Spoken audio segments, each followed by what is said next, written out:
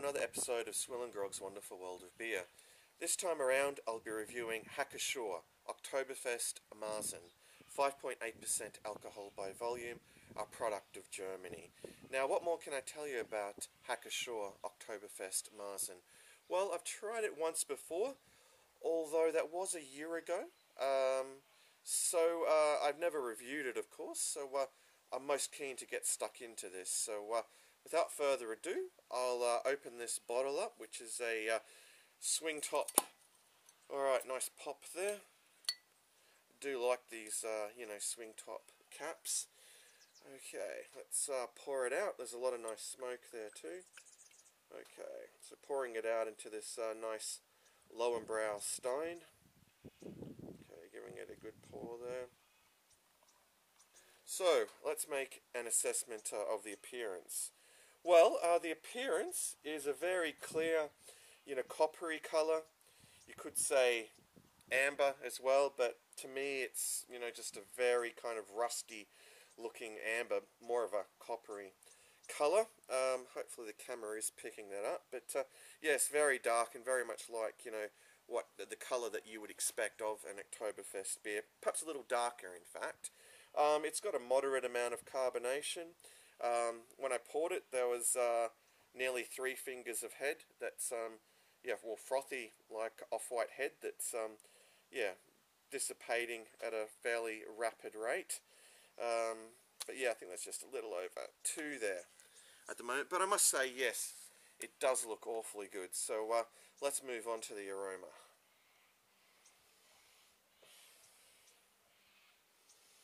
Alright, well, what I'm picking up is a very strong smell of, toasted, caramelly, bready malts. Yeah, I mean, it smells awfully good.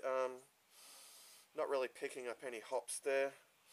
Just a very strong smell of, toasty, caramelly, bready malts. Certainly something that you'd expect of this style. Anyway, I think I've rambled enough about that, so it's time for the taste test, the most important part of the review. Cheers to you all.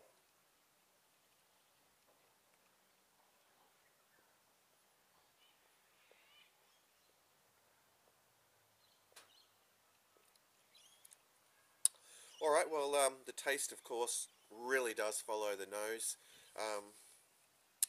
These are just simply delicious, rich, caramelly, bready, toasted malts that, yeah, I mean, they really hit the spot.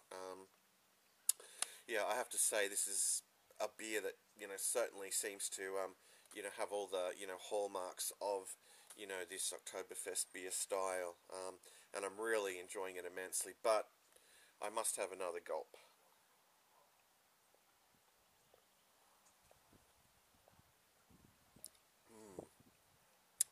Alright, well, it's certainly holding that taste profile, and yeah, as you can probably tell, I'm finding it just absolutely delicious. I mean, it's a real, malt lover's dream without a doubt.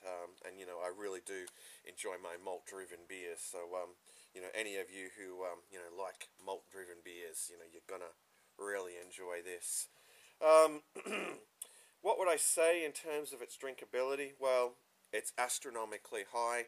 Its sessionability is also quite high, although, yeah, the price point is probably, where it kind of fails. I mean, it's, it's quite pricey, and it's, quite hard to procure, especially here in Australia. But, if you do see it, I mean, it's certainly, worth your while checking it out, especially at this time of year, being Oktoberfest and all.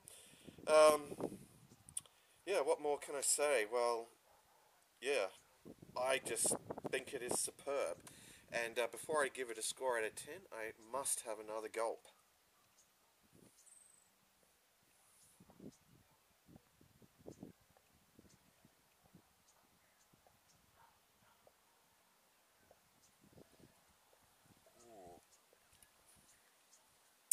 Very nice, and it's it's very full-bodied too. Yeah, I mean, what you would expect of a beer that's 5.8% ABV. Anyway, what would I give it in terms of a score out of 10? Well, as you probably guess, I think it's a solid 10 out of 10. In fact, I'd almost be inclined to give it an 11 out of 10. It's that good. So, definitely check it out if you can. I highly recommend it. I think it's one of the best Oktoberfest beers out there, as a matter of fact. Anyway, enough rambling from me. That's it. So, yeah. Until next time, fare thee well, all.